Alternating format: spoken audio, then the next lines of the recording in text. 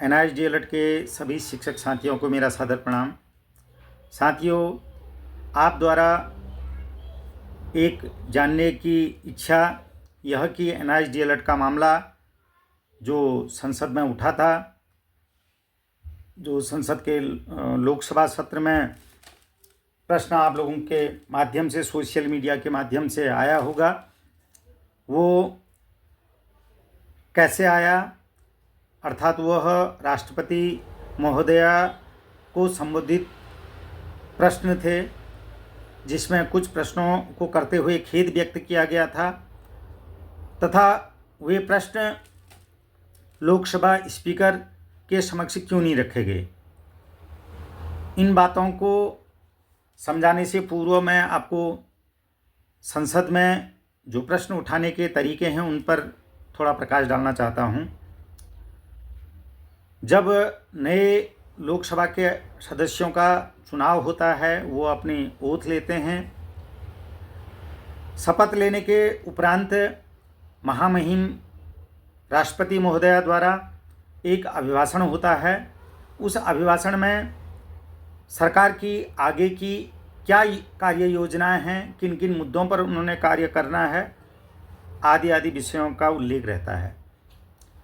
वो जो कार्य योजनाएं हैं वो शिक्षा से संबंधित, परिवहन से संबंधित, रेलवे से संबंधित आदि समस्त मुद्दों पर चर्चाएं होती हैं। शायद आप लोगों ने, सभी ने वो सुना भी होगा।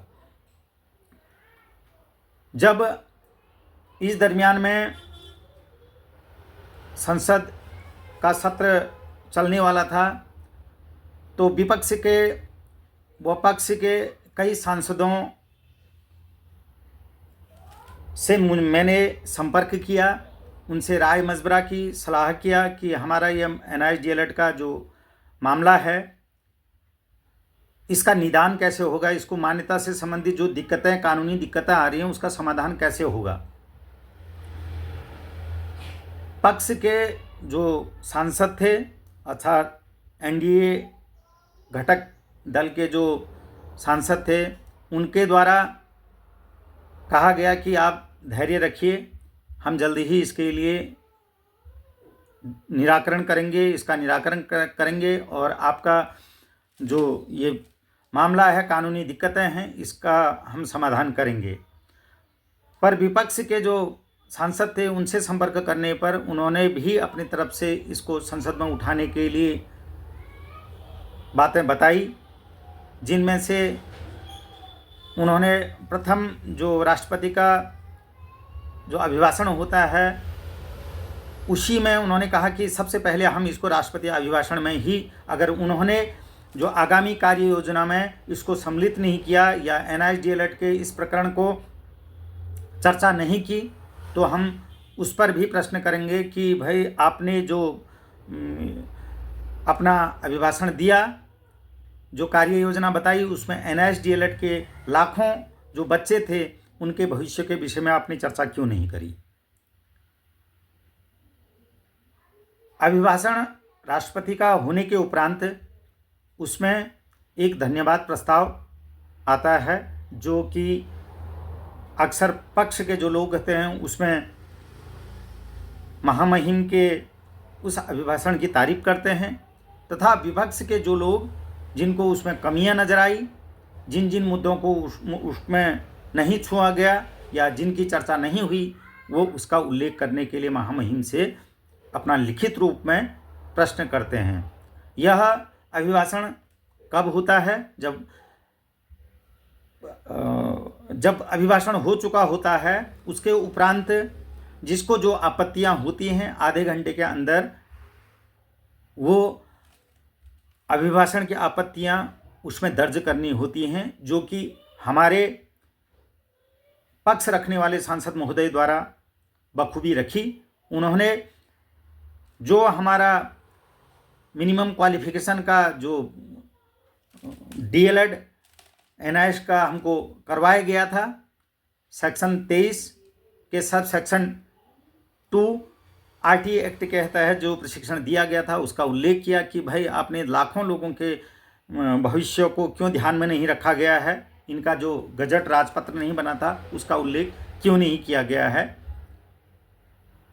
ये तो कार्रवाई रही जो आज तक अभी हमने किया है। संयोग से वह जब हमारा 28 तारीख को उसमें चर्चा होनी थी, उस दिन आपने देखा है संसद का सत्र चल नहीं पाया। कुछ नीट के मैटर में गहमा-गहमी हुई, तकरार हुई, इस वजह से सत्र चल नहीं पाया, जो कि सोमवार तक के लिए स्थगित किया गया है। सोमवार को अर्थात 1 तारीख को माननीय संसद महोदय को ये चीज़ और विस्तार से समझानी है कि इसमें आपको लोकसभा के पटल पर इस बात को कैसे रखना है, जो कि पूर्व में भी समझाई जा चुकी हैं। फिर भी अभी और आज का दिन है जो कि हम उनको अच्छे से समझाएंगे, और मुझे पूर्ण विश्वास है कि यदि लोकसभा का सत्र सौहार्दपूर्ण चला तो ज़रूर ये हमारा मुद्दा संसद में गूंजेगा और उसका निराकरण भी होगा। यद्यपि राष्ट्रपति महोदय का उत्तर आना शेष है, उनके द्वारा उसका जवाब दिया जाएगा, वो भी आप लोगों के समक्ष प्रस्तुत करूंगा। लेकिन अभी अब जो अगला प्रश्न होगा वो लोकसभा स्पीकर के समक्ष होगा कि भाई आपके द्वारा इसी पटल पर संसद में हमारी बात को रखा गया कि जो अनटेंड टीचर हैं उनको टेंड करने का प्रस्ताव बिल पास हुआ।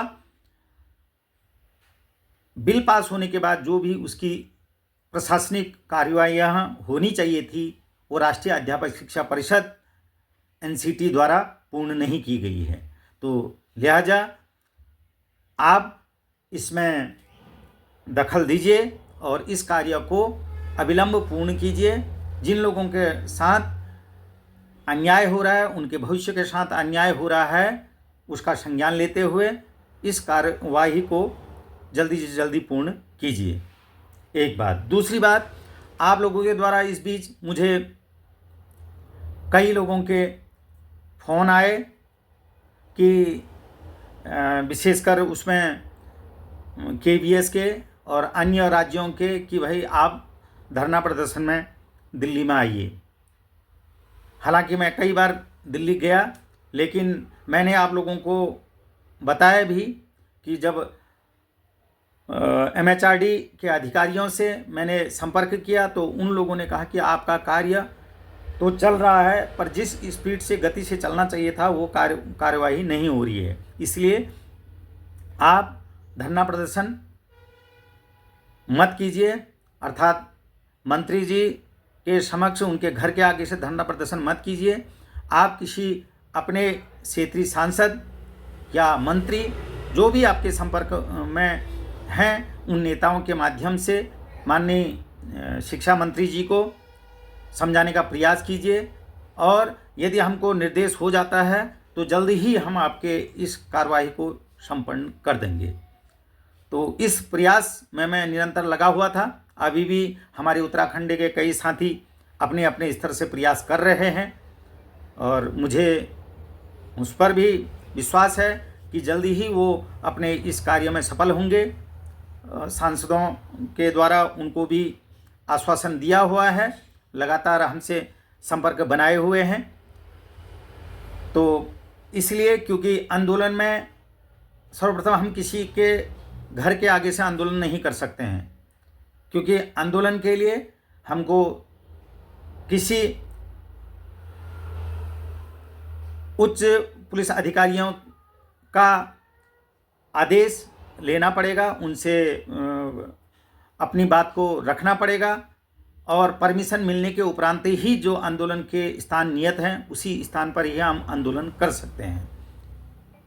तो इन बातों को ध्यान में रखते हुए और जो मुझे सलाह दी गई थी उसी के अनुरूप मैं कार्य कर रहा था, जिसकी मैंने सूचना जिन लोगों का मुझे फ़ोन आया था उनको मैंने दी भी थी। अपने उत्तराखंड के लोगों को भी मैंने इस संदर्भ में अवगत करवाया था। तो आप लोगों से भी मैं यही निवेदन करूंगा, यद्यपि लोकसभा में हमारे प्रश्न को बखूबी रखे जा रहे हैं, सोमवार को बहस होने की प्रबल संभावना है। हम अपने प्रतिनिधित्व कर रहे सांसद महोदय से लगातार संपर्क करके उनको समझा रहे हैं।